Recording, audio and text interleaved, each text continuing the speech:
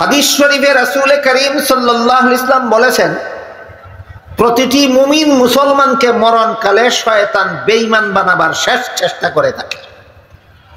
সারা জীবন ভর একজন মুমিনকে বেঈমান বানাবার জন্য শয়তান যে পরিমাণ চেষ্টা করে, মরণকালে তার চেয়ে বেশি করে। এবার বলুন, সারা জীবন একজন মুমিনকে শয়তান বেঈমান বানাবার বেশি চেষ্টা করে না মরণকালে তার চেয়ে বেশি চেষ্টা করে? এমত অবস্থায় ইমানদার লোকটা যেন শয়তান ডাকাতের কাছে ইমান হারিয়ে মরতে না হয়, সেজন্য আল্লাহ বলেন তাতানাজ্জালু আলাইহিমুল মালাইকা, আমি আল্লাহর রহমতের ফেরেশতা পাঠিয়ে তাকে মরণকালে ইমান নিয়ে মরণের কাজে সাহায্য করব, যদি ইমানদার লোকটা মরণ পর্যন্ত নেক আমলে অটল থাকে। নেক আমল ছেড়ে দিলে আল্লাহ ইমান নিয়ে মরণের কাজে সাহায্য করবেন না, নেক আমলে অটল থাকলে? নেক আমলে অটল থাকে। বর্তমান সমাজের সিংহভাগ মুসলমান, আঙ্গুলে গোনার মতো কয়েকজনের কথা বাদ দিলে বাকি সব এমন কতগুলি বদ আমলে লিপ্ত, এমন কতগুলি গুনার কাজে লিপ্ত, এমন কতগুলি হারাম কাজে লিপ্ত, যেগুলি করতে করতে করতে করতে অভ্যাসটা এমন হয়ে গেছে, এখন এই গুনাহগুলিকে আর গুনাই মনে করে না। গুনাহগুলিকে গুনাই মনে করে না। এই সমস্ত বদ আমলের মধ্যে একটা বদ আমল হলো গান শোনা। কি নাম? গান শোনা। হালাল না হারাম? গান গাওয়া হারাম, গান শোনা হারাম, গানের ব্যবস্থা করা, আয়োজন করা হারাম। বলেন বর্তমান সমাজের মুসলমান গান শুনে কিনা? গুনাহ মনে করে আর গুনাই মনে করে না। 2 নম্বর বদ আমল হলো বাজনা। বাজনা হারাম, সর্বাবস্থায় বাজনা হারাম। বাজনার এমন কোনো অংশ নাই যা হালাল, বাজনা সর্বাবস্থায় হারাম। বুঝে থাকলে বলুন তো, বর্তমান সমাজের কোন মুসলমান বাজনা শোনে কিনা? আপনাদের একটা কাহিনী শোনাই। কি পরিমাণ মুসলমান, কি পরিমাণ বাজনা শুনে, কোথায় গিয়া শুনে, বোঝার জন্য আপনাদেরকে একটা কাহিনী শোনাই। এই যে মোবাইল সেট যেই লোকে প্রথম আবিষ্কার করেছিল, আবিষ্কারের 1 বছর পূর্তি উপলক্ষে বৎসরান্তে একটা সেমিনার করেছিল। 1 বছর আবিষ্কারের 1 বছর পূর্তি উপলক্ষে মোবাইলের আবিষ্কারক একটা সেমিনারের আয়োজন করেছিল। সেই সেমিনারে মোবাইলের আবিষ্কারক আনন্দে নাচতে শুরু করে দিয়েছে। লোকেরা জিজ্ঞাসা করেছিল, মোবাইল আবিষ্কার করেছো ভালো কথা, সেমিনার করেছো আলোচনার জন্য ভালো কথা, তুমি নাচতে শুরু করলা কেন?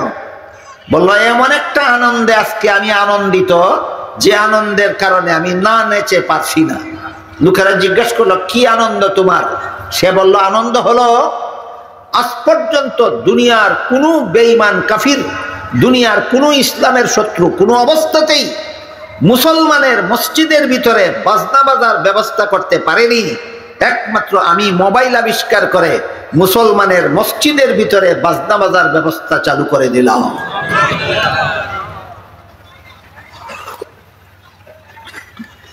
কাহিনী বুঝে থাকলে এবার আপনারা বলুন, মুসলমানের মসজিদের ভিতরে নামাজের ভিতরেও আজকাল বাজনা বাজে কিনা? এটা গুনাই মনে করে না। আর বাজনারে হারাম, বাজনাতে হারাম, এটাকে আর হারামই মনে করে না। বিভিন্ন কোম্পানির মোবাইল সেটে বেশ কতগুলি রিংটোন সিস্টেম থাকে। একটা মোবাইলের মধ্যে যদি 12টা রিংটোন সিস্টেম থাকে, এতে 10টাই থাকে বাজনা, 2টা থাকে বাজনা ছাড়া। 2টা বাজনা ছাড়া থাকে কেন? আপনাদেরকে হালাল উপায়ে মোবাইল ব্যবহার শিক্ষা দেওয়ার জন্য নয়। যারা যে কোনো মূল্যের বিনিময়ে হারাম থেকে বেঁচে থাকতে চায়, তাদেরকেও কাস্টমার বানাবার জন্য।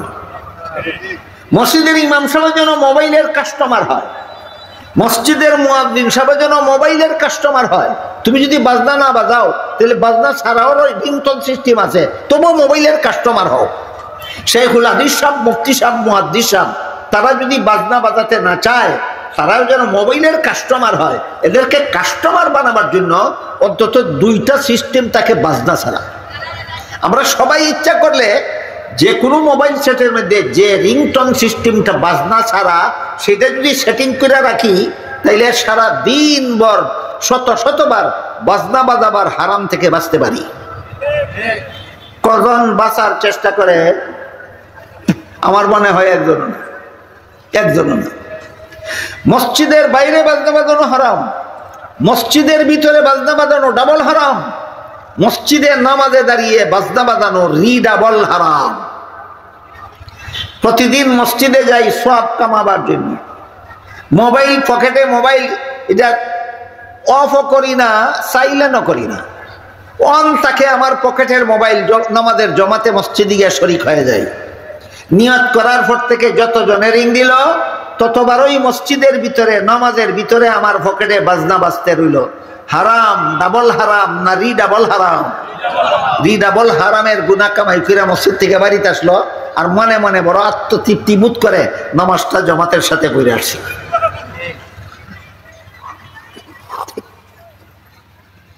নামাজটা জমাতের সাথে না পড়লে অন্তত এরকম জঘন্যতম হারাম হয় না, সুন্নতের খেলাফ হয়। নামাজ জমাতের সাথে না পড়লে এরকম নিশ্চিত হারাম কাজ হয় না, সুন্নতের খেলাফ হয়। আর মসজিদে গিয়ে জমাতে শরীক হইয়া পকেটও বাজনা বাজলে নামাজের ভিতরে তিনটা হারাম হয়। একটা হলো বাজনা বাজানির হারাম, একটা মসজিদের ভিতরে বাজানির হারাম, একটা নামাজের ভিতরে বাজানির হারাম।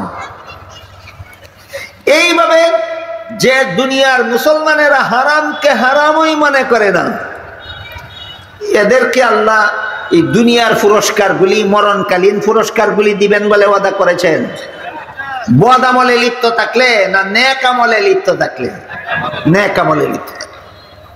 আরেকটা হারাম বর্তমান সমাজের মুসলমান হারাম মনে করে না, সেটা হলো ছবি, মানুষের ছবি অথবা জীব জানোয়ারের ছবি ঠেকা বসত ছাড়া হারাম। ছবি তোলা হারাম, ছবি সংরক্ষণ করা হারাম, ছবি গড়ে লটকানো হারাম, শুধু ঠেকা বসত ছাড়া। ঠেকা বসত কেমন? ধরেন আপনি হজে যাবেন, পাসপোর্টের দরকার হবে কিনা? ছবি ছাড়া পাসপোর্ট হবে? তাই আপনি পাসপোর্টের ছবি, পাসপোর্টে ব্যবহারের জন্য ছবি উঠালেন। এটা কি বিলাসিতার ছবি না ঠেকা বসত? শুধু এইরকম ঠেকা বসত ছবি হারাম নয়, আর এছাড়া যত রকমের বিলাসিতার ছবি আছে সবগুলি ছবি হারাম। গড়ে ছবি লটকানোর হারাম বর্তমান সমাজের কজন মুসলমান না করে? কজন মুসলমানের ঘরে হারাম ছবি লটকানো নাই? এই হারাম ছবি লটকানোর ব্যাপারে একটা হাদিস শোনাই আপনাদের। একবার রাসূল করিম সাল্লাল্লাহু আলাইহি ওয়াসাল্লাম বাজার থেকে ময়ূরের ছবি ছাপা একটি চাদর কিনলেন। বিভিন্ন চাদর, বিশেষ করে আজকাল আমাদের সমাজে লেডিস চাদর যারা বানায়, বিভিন্ন রকমের প্রিন্টিং করে চাদর বানায়। ছোট ছোট ময়ূরের ছবি ছাপে প্রিন্টেড একটা চাদর বানাইলো কোম্পানি। এমন একটা চাদর, ময়ূরের ছবি ছাপা চাদর রাসূল বাজার থেকে কিনে আনলেন, ঘরে ঘরে লটকাইয়া রাখলেন। পরের দিন জিবরিল ফেরেশতা ওহী নিয়ে আসলেন। অন্য দিন নবীর কাছে ঘরের ভিতরে প্রবেশ করেন, এই দিন জিবরিল ঘরের বাইরে দাঁড়িয়ে দিল। রাসূল জিজ্ঞেস করেন, ও জিবরিল, যতদিন ওহী নিয়ে আসো আমার কাছে ঘরের ভিতরে আসো, আজকে বাইরে দাঁড়িয়ে রইলা কেন? জিবরিল বলেন, ওগো আল্লাহর রাসূল, আজকে যে ওহী নিয়ে এসেছি, ওহী মানে আল্লাহর বাণী, জিবরিল ফেরেশতা নবীর কাছে নিয়ে আসেন, এটার নাম ওই ওহী। আজকে আল্লাহর যে বাণী নিয়ে আমি আপনার কাছে এসেছি, সেই বাণী আমাকে আপনার ঘরে ঢুকতে দেয় না। নবী জিজ্ঞেস করলেন, আজকে কি বাণী নিয়ে এসেছো, কি ওহী নিয়ে এসেছো? জিবরিল বলেন, আজকে ওহী দিয়ে পাঠিয়েছেন আজকের থেকে কিয়ামত পর্যন্ত কোনো মানুষের ঘরে কোনো মানুষের ছবি লটকানো হারাম, কোনো জীবজন্তুর ছবি লটকানো হারাম। যার ঘরে মানুষের ছবি লটকানো থাকবে, যার ঘরে জীবজন্তুর ছবি লটকানো থাকবে, তার ঘরে আমি জিবরিল এবং আমার অধীনস্থ কোনো রহমতের ফেরেশতা কিয়ামত পর্যন্ত ঢুকবে না। আইসা দেখি আপনার ঘরে ময়ূরের ছবি লটকানো আছে। ওহী নিয়ে আসলাম, ছবি লটকানো হারাম। যার ঘরে ছবি লটকানো আছে তার ঘরে রহমতের কোনো ফেরেশতা ঢুকবে না। এসে দেখি নবীর ঘরে ছবি লটকানো। এই জন্য আজকের ওহী আমাকে আপনার ঘরে ঢুকতে দেয় না। নবী জিজ্ঞেস করলেন, ও জিবরিল, ওহি লটকানো, ছবি লটকানো হারাম ওহি নিয়ে আসছো তুমি আজকে? ময়ূরের ছবি ছাপা চাদর কিনেছিলাম আমি গতকাল। কথা বুঝতে পারতেছেন? ময়ূরের ছবি ছাপা চাদরটা রসুল ছবি লটকানো হারাম ওহি আসার পরের দিন কিনেছিলেন। তো নবী যেদিন কিনেছিলেন সেদিন হারাম ছিল? হারাম ছিল না। আমি গতকাল কিনেছি, গতকাল পর্যন্ত ছবি লটকানো হারাম ছিল না। আজকে তুমি ওহি নিয়ে আসছো, ছবি লটকানো হারাম। গতকাল জানি চাদরটা পয়সা খরচ করে কিনলাম, আমার চাদরটা কি করব? জিবরিল ঘরের বাইরে দাঁড়িয়ে নবীকে বলেন, চাদরটা এমন ভাবে ছিঁড়ে টুকরা টুকরা করুন যেন প্রত্যেকটা ছবির কেল্লা যায় এক টুকরায় আর শরীর যায় আর এক টুকরায়। জিবরিলের কথা মতো রসুল নিজের পয়সার কিনা চাদরটা এমন ভাবে ছিঁড়ে টুকরা টুকরা করলেন, প্রত্যেকটা ছবির কেল্লা গেল এক টুকরায় আর শরীর গেল আরেক টুকরায়। তখন জিবরিল ফিরিস্তা নবীর ঘরে প্রবেশ করে বললেন, আজকের থেকে আপনার যে কোনো উম্মতের ঘরে কোনো জীবজন্তুর ছবি লটকানো থাকবে অথবা কোনো মানুষের ছবি লটকানো থাকবে, আমি জিবরিল এবং আমার অধীনস্থ ফিরিস্তাদের জন্য তার ঘরে প্রবেশ করা নিষেধ, আল্লাহর নিষেধ। এবার বলুন, বর্তমান সমাজের কোন মুসলমানের ঘরে হারাম ছবি লটকানো থাকে কিনা? হারাম ছবি লটকানো থাকলে রহমতের ফিরিস্তা ঢুকেন না ঢুকা নিষেধ? তো আপনি যে হারাম ছবি ঘরে লটকে রাখলেন, আপনার মরণকালে তো আল্লাহ রহমতের ফিরিস্তা পাঠাবেন কিসের জন্য?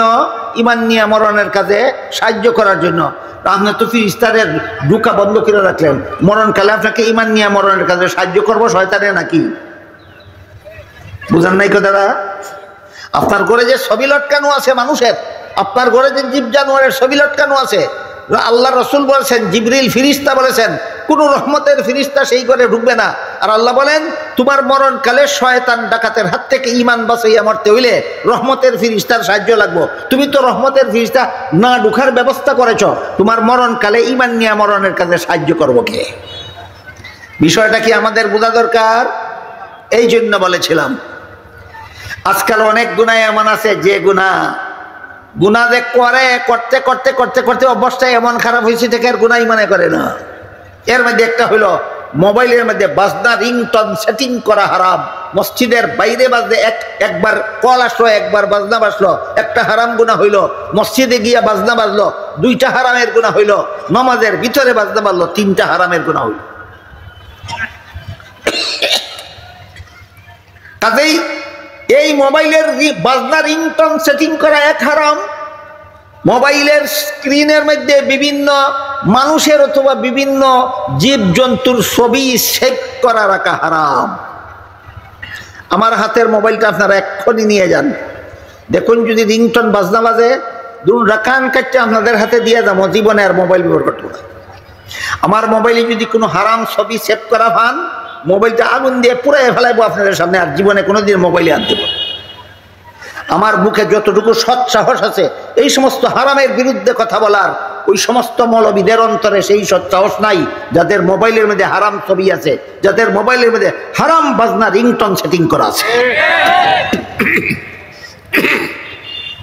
আল্লাহ বলেন, ইন্নাল্লাযীনা ক্বালু রাব্বুনাল্লাহু সুম্মা ইসতাকামু তাতানাজ্জালু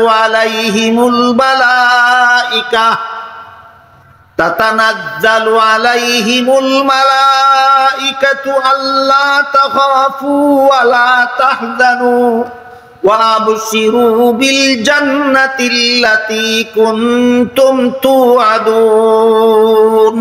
যারা ঈমান আনবে, আমল ভালো করবে, নেক আমলের উপর মরণ পর্যন্ত অটল থাকবে, শয়তান তাকে মরণকালে বেঈমান বানাতে দেব না। আমি রহমতের ফিরিস্তা পাঠিয়ে তাকে ঈমান নিয়ে মরণের কাজে সাহায্য করব।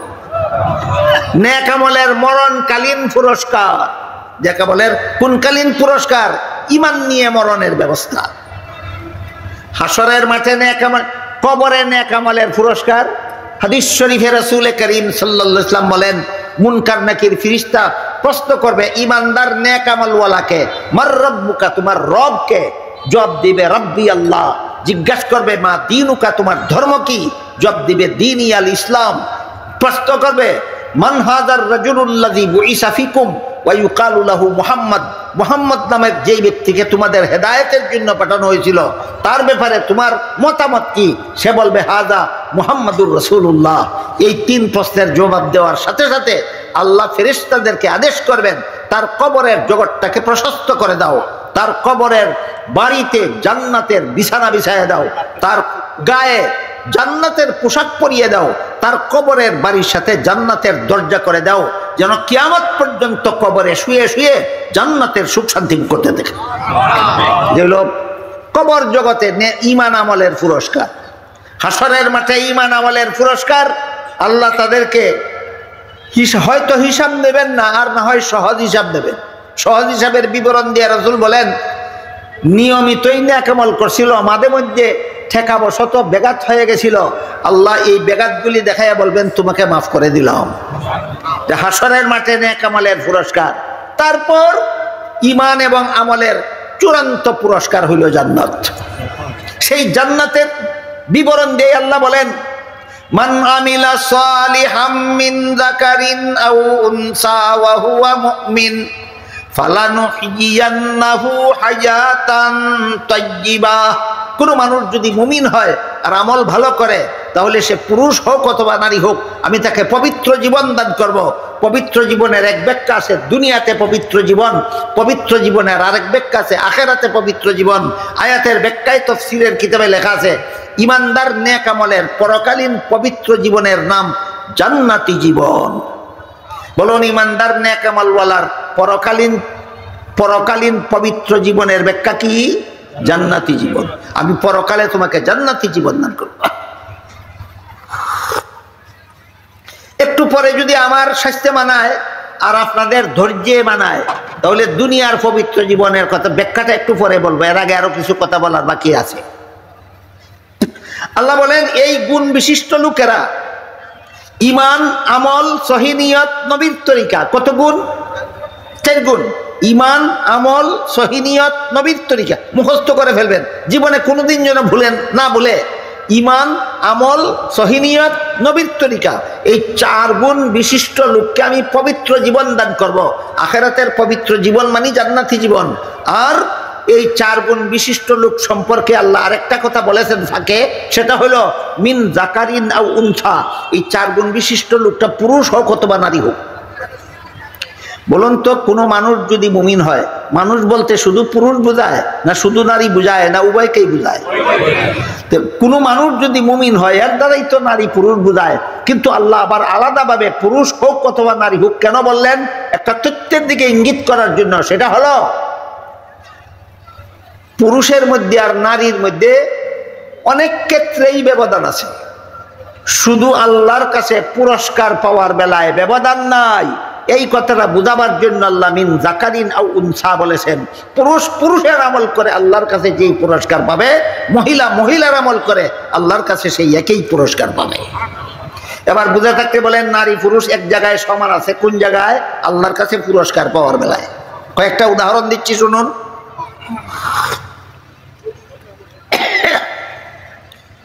পুরুষের জন্য জুম্মার নামাজ ফরজ, মহিলাদের জন্য জুম্মার নামাজ ফরজ নয়।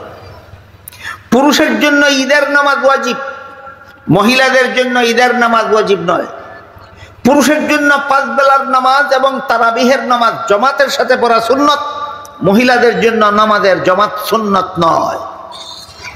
তাহলে নেক আমলের বেলায় নারী পুরুষ সমান না ব্যবধান? কিন্তু পুরস্কারের বেলায় সমান। এবার পুরস্কারের বেলায় সমান কিভাবে? উদাহরণ শুনুন। হাদিস শরীফে রাসূল করিম সাল্লাল্লাহু আলাইহি ওয়াসাল্লাম বলেন, কোন মহিলা যদি স্বামীর ঘর করে, ঘর করা বুঝেন? স্বামীর ঘর করা বুঝেন? রাসূল বলেন, কোন মহিলা যদি স্বামীর ঘর করে, তাহলে সেই মহিলা জিহাদের সওয়াব পায়। পুরুষ যুদ্ধের ময়দানে শত্রুর মোকাবেলায় লড়াই করলে যেই সওয়াব, মহিলা স্বামীর ঘর করলে সেই সওয়াব। বলেন, কাজে সমান না পুরস্কারে সমান? নারী পুরুষ কাজে সমান নয়, নারী পুরুষ পুরস্কারে সমান। রাসূল বলেন, কোন মহিলা যদি সন্তান প্রসবের সময় মারা যায়, পুরুষ যুদ্ধের ময়দানে শত্রুর আঘাতে মারা গেলে যেমন শহীদ, মহিলা সন্তান প্রসবের সময় মারা গেলে তেমন শহীদ। রাসূল বলেন কোন পুরুষ যদি যুদ্ধের ময়দান থেকে বিজয়ী হয়ে ফিরে আসে তাইলে যেমন গাজীর সওয়াব পায়, মহিলাও যদি সন্তান প্রসবের পরে বেঁচে থাকে সেই মহিলাও গাজীর সওয়াব পায়। রাসূল বলেন পুরুষ মসজিদের জমাতে নামাজ পড়ে যেই সওয়াব, মহিলা ঘরের কোনায় একা নামাজ পড়ে সেই সওয়াব। কি বুঝলেন উদাহরণগুলির দ্বারা? নারী পুরুষের আমলে সমান না পুরস্কারে সমান? নারী পুরুষ আমলে সমান নয়, নারী পুরুষ পুরস্কারে সমান।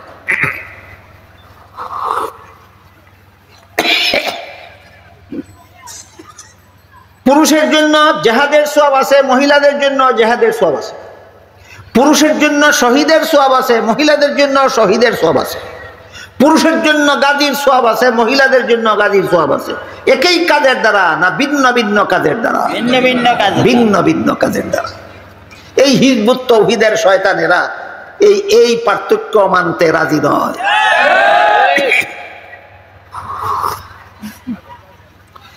এই হিজবুত তাওহীদের প্রতিষ্ঠাতা পন্নী রাজাকার ছিল, আমার কাছে দলিল প্রমাণ আছে। এই হিজবুত তাওহীদের প্রতিষ্ঠাতা ইসলামের জ্ঞানে গণ্ডমূর্খ পন্নী রাজাকার ছিল, বাংলাদেশের স্বাধীনতার শত্রু ছিল। এই পাকিস্তানের দালালিকে ধামা চাপা দেওয়ার জন্য ধর্ম ব্যবসা করার উদ্দেশ্যে হিজবুত তাওহীদ গঠন করেছিল। আমার কাছে তথ্য প্রমাণ আছে, লিখিতভাবে আছে। আপনাদের কারো প্রয়োজন হলে আমি কপি করে দিয়ে দিব, সংগ্রহ করে নেবেন।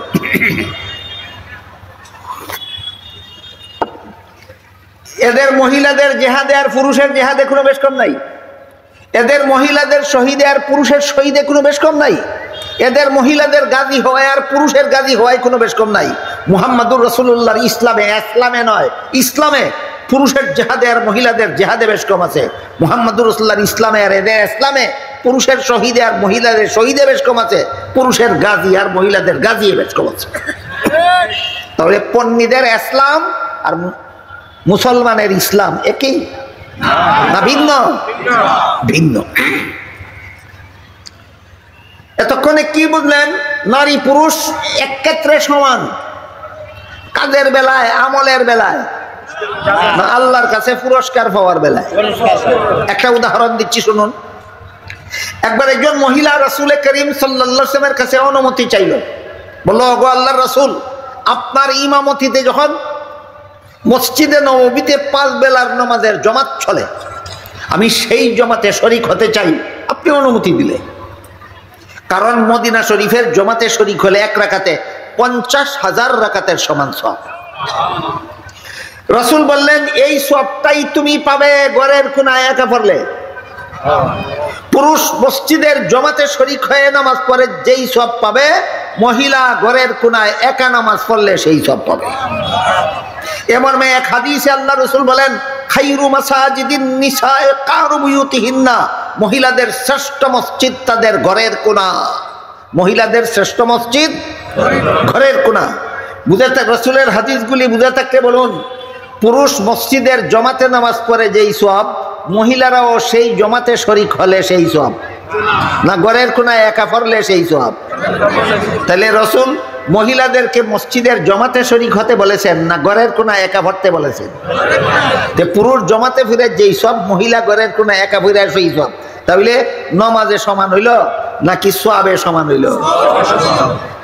এই ফ্যাসিলিটিটা মহিলাদেরকে ইসলামের পক্ষ থেকে কেন দেওয়া হলো? পুরুষ যদি মসজিদের জামাতে শরীক হতে যায়, রাস্তায় আসা যাওয়ার সময় ব্যয় হবে, শ্রম ব্যয় হবে। গাড়ি নিয়ে মসজিদে আসা যাওয়া করতে হইলে তেলের পয়সা খরচ হবে। এতটুকু কইরা পুরুষে পাইবে যেই সওয়াব, না আসা যাওয়া লাগলো, না শ্রম গেল, না তেলের পয়সা গেল, ঘরের কোনায় একা ফিরে সেই সব পেল। বলেন ফ্যাসিলিটি পুরুষকে দেওয়া হয়েছে নবীর তরিকায়, না ফ্যাসিলিটি মহিলাকে দেওয়া হয়েছে? মহিলাকে ফ্যাসিলিটিটা কেন দেওয়া হইল, এই কথা আমাদের অনেক সরল সাধারণ মুসলমানেও জানে না, বুঝে না। এই জন্য এই হিজবুত তাওহীদ মার্কাদের ইসলাম বিকৃতিদের অপব্যাখ্যা শুনে এরাও সেই দিকে ধাবিত হয়। এই জন্য আপনাদের এই রহস্যটা বোঝা দরকার, মহিলাদেরকে এই ফ্যাসিলিটিটা কেন দেওয়া হলো। পুরুষ মসজিদের জামাতে শরীক হয়ে নামাজ পড়লে যেই সব পাবে, মহিলা ঘরের কোনায় একা নামাজ পড়লে সেই সব পাবে। এমন ফ্যাসিলিটি মহিলাদেরকে আল্লাহ রাসূল কেন দিলেন? এটা বোঝার জন্য আমি আপনাদেরকে একটি উদাহরণ দিচ্ছি শুনুন। ধরুন আপনার 6 মাসের একটা শিশু বাচ্চা আছে, একটা কথার কথা না, কোনো মুসলমানের জীবনে কোনোদিন 6 মাসের শিশু বাচ্চা থাকে না? ধরেন আপনার 6 মাসের একটা শিশু বাচ্চা আছে, আপনি বাচ্চার বাবা, এই বাচ্চার বাবা মানে আপনি মহিলা না পুরুষ? বলুন আপনার জন্য মসজিদের জমাতে শরীক হওয়া নবীর তরিকা কিনা? তরিকা। আপনি মসজিদে জমাতে শরীক হতে যাবেন, 6 মাসের শিশু বাচ্চাটা কুলে করে নিয়ে যাবেন? কেন না? এর আগে ফয়সালা হোক, কেন না? আপনি যদি 6 মাসের শিশু বাচ্চা কুলে করে নিয়ে মসজিদে ইমাম সাহেবের সাথে এশার 4 রাকাত নামাজের জমাতে শরীক হন, সালাম ফিরাবার আগ পর্যন্ত এই বাচ্চাটা পেশাব করে দেবে না? গ্যারান্টি আছে? গ্যারান্টি আছে? খাওয়ার জন্য কান্নাকাটি শুরু করবে না? গ্যারান্টি আছে? গ্যারান্টি নেই। ওগত আপনি 1 রাকাত পড়লেন ইমামের পিছনে এশার নামাজ, 2 রাকাত পড়লেন ইমামের পিছনে, 3 রাকাত পড়ার পরে বাচ্চা পেশাব করে দিল। এখন আপনার নামাজের কি দশা, আপনার সাইটম্যানের নামাজের কি দশা, মসজিদের কি দশাটা হবে? নামাজ হবে দূরের কথা, মসজিদই নাফাক হয়ে যাবে কিনা? বাধ্য হইয়া 6 মাসের শিশু বাচ্চা কুলে নিয়ে মসজিদের জমাতে শরীক হওয়ার উপায় বাচ্চার বাবার জন্য নাই। বাধ্য হয়ে বাচ্চাটাকে আপনার ঘরে রেখে যেতে হবে। এবার বলুন কার কাছে? মায়ের কাছে। মায়ের কোলে ঘরে বাচ্চাকে দিয়ে আপনি যখন এশার নামাজের জমাতে মসজিদে গিয়ে শরীক হলেন, 1 রাকাত পড়ার পরে, 2 রাকাত পড়ার পরে, 3 রাকাত পড়ার পরে আপনার মনে বড় টেনশন, আমার বাচ্চাটা পেশাব করে দিলে মসজিদ নাফাক হয়ে যাবে। এমন কোনো টেনশন আছে? টেনশন মুক্ত অবস্থায় আপনি জমাতে নামাজ পড়তে পারেন দৈনিক 5 বেলা মসজিদে গিয়ে। কার কারণে? কার কারণে? মায়ের, বাচ্চার মায়ের কারণে, আপনার বিবির কারণে। আর ইসলামের বিধান হইল যার কারণে একজনে একটা নেক আমল করার সুযোগ পায়, সে নেক আমল করে যেই সওয়াব, যার কারণে সুযোগ পাইল সে না করে সেই সওয়াব। এবার বুঝতে পারছেন রহস্যটা কি? রহস্য রাসূল কেন বললেন পুরুষ মসজিদের জমাতে নামাজ পড়লে যেই সওয়াব, মহিলারা ঘরের কোন একা নামাজ পড়লে সেই সওয়াব? কেন? কারণ প্রত্যেকটা পুরুষ মসজিদে গিয়া নিশ্চিন্ত মানে জমাতে পড়ার সুযোগ পায় একমাত্র তার মহিলা তার ঘর দেখাশোনা করার কারণে, তার মাল সামান দেখাশোনা করার কারণে, তার বাচ্চাকে লুক আফটার করার কারণে পুরুষ মসজিদে গিয়া শান্ত মনে জমাতে নামাজ পড়ার সুযোগ পায়। যার কারণে সুযোগ পায় সে না কইরাও সেই সওয়াব।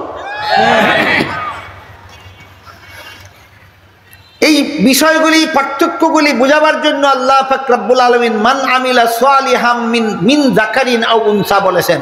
কোনো মানুষ যদি মুমিন হয় আর নেক আমল করে, কোনো মানুষ বলতেই নারী পুরুষ উভয়কে বোঝায়, কিন্তু আল্লাহ আলাদাভাবে মিন যাকারিন আও উনসা কেন বললেন?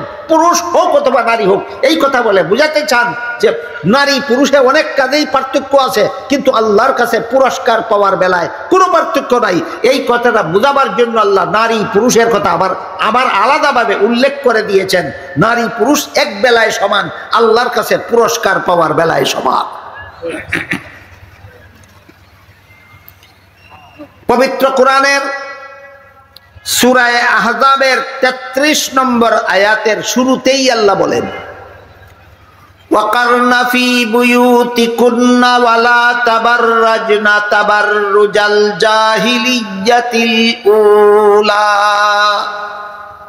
এখানে আল্লাহ মুমিন মুসলমান মহিলাদের সম্বোধন করে বলেছেন, ডাইরেক্ট নবীর বিবিগণকে আর ইনডাইরেক্ট সমস্ত মুসলমান মহিলাদেরকে সম্বোধন করে আল্লাহ বলেছেন, হে মুসলমান মহিলারা বসবাসের ঘরে থাকো। ফন্নির চালায় কয় মুসলমান মহিলারা ফিলিস্তিনে গিয়ে যুদ্ধ করো। কোরআনের সূরা আহজাবের 33 নম্বর আয়াতের শুরুতেই আল্লাহ বলেন মুসলমান মহিলারা বসবাসের ঘরে থাকো। মহিলা যদি ফিলিস্তিনকে যুদ্ধ করতে হয়, তোর মতো ফন্নির শেলা সামন্ডা পুরুষরা দুনিয়াতে আইসস গুড়ার ঘাস কাটতে,